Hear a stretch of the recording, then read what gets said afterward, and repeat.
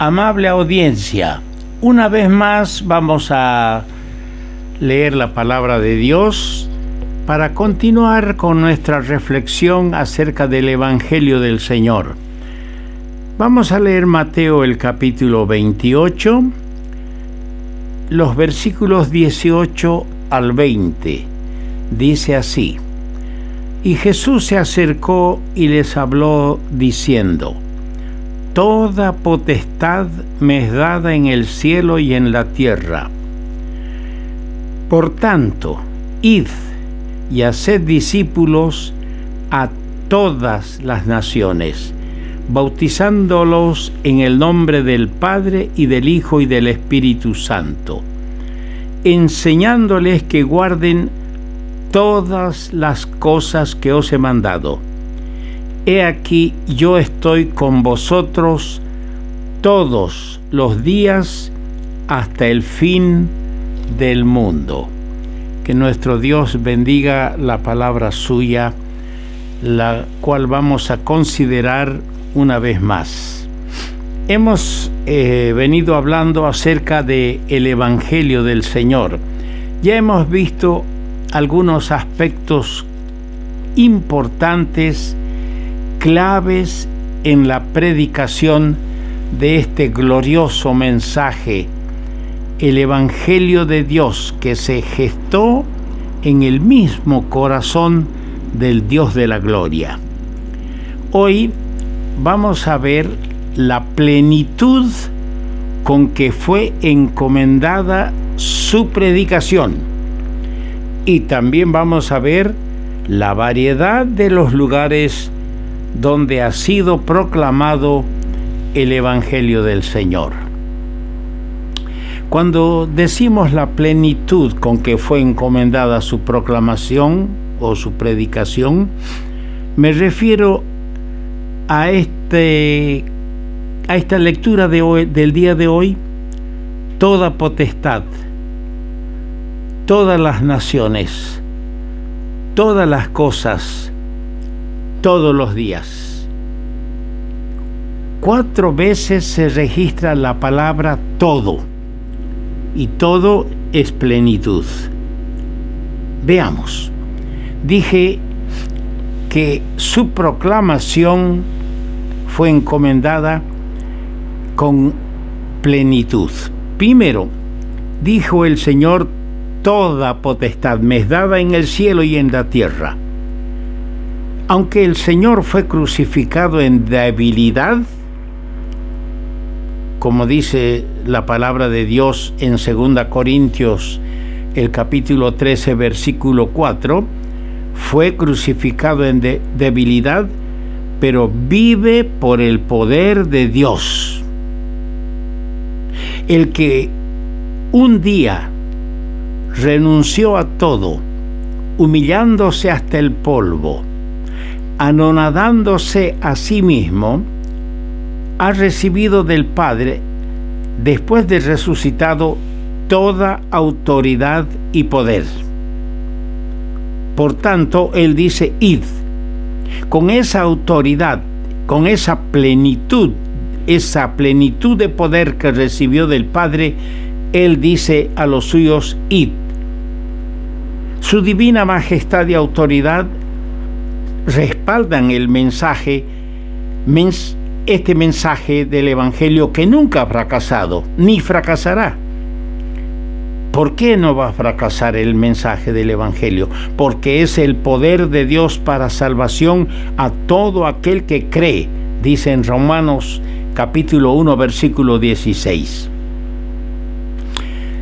Segundo, el Señor dijo a los suyos: id y haced discípulos a todas las naciones.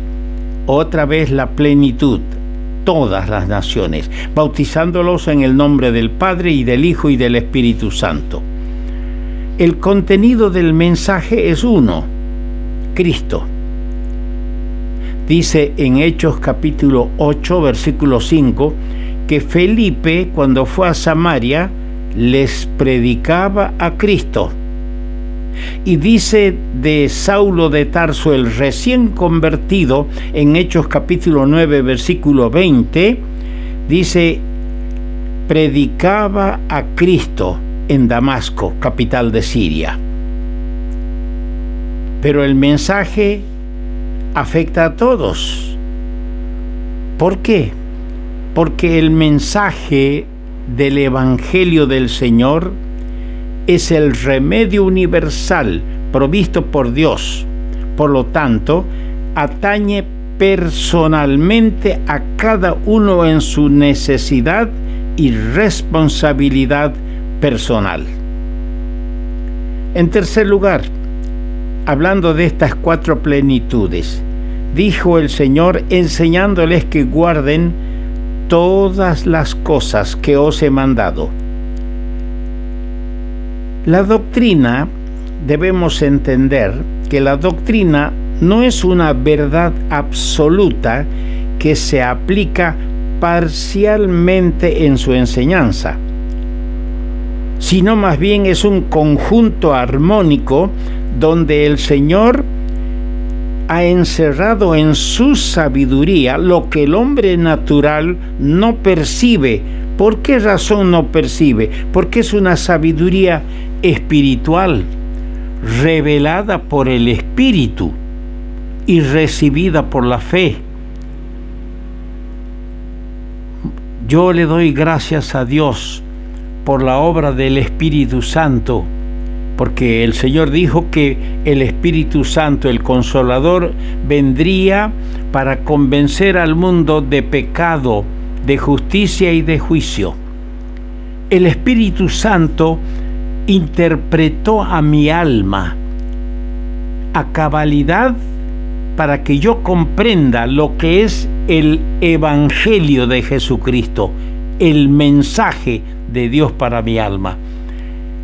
El Espíritu Santo lo interpretó a mi alma, me convenció, me quebrantó, me llevó al conocimiento, me llevó a los pies del Señor, haciéndome ver mi necesidad de pecador, de perdido. Y yo entonces le acepté al Señor, le confesé mis pecados, fui recibido a misericordia y la sublime gracia de Dios se impuso, merced al sacrificio del Hijo de Dios. Todo eso me enseña el Espíritu Santo y también me lo revela a través de la palabra suya. Y yo lo recibo con fe, porque sin fe es imposible agradar a Dios. Así dice un análisis del capítulo 2 de 1 Corintios también. En la doctrina, en la enseñanza, en el Evangelio está el compendio divino de su voluntad para nuestras vidas. Hermano amado, hermano en Cristo, para nuestra conducta sobre la tierra, para nuestra conducta en la iglesia del Señor, para nuestro comportamiento hacia nuestros hermanos en la fe y hacia el mismo mundo que nos contempla. En la plenitud de su doctrina está la norma para nuestras vidas y sus mandamientos, dijo el anciano apóstol Juan en su primera epístola, capítulo 5, versículo 3, sus mandamientos no son gravosos, se los puede obedecer cuando hay la voluntad de ser fiel al Señor. Y en cuarto lugar, hablando de la plenitud con que fue encomendada esta prédica del mensaje evangélico, dice: he aquí, yo estoy con vosotros todos los días. Qué cosa más hermosa poder ver esto en la palabra. Toda potestad me es dada. Id a todas las naciones, enseñándoles que guarden todas las cosas. Y por último, Él dice: he aquí estoy con vosotros todos los días hasta el fin del mundo.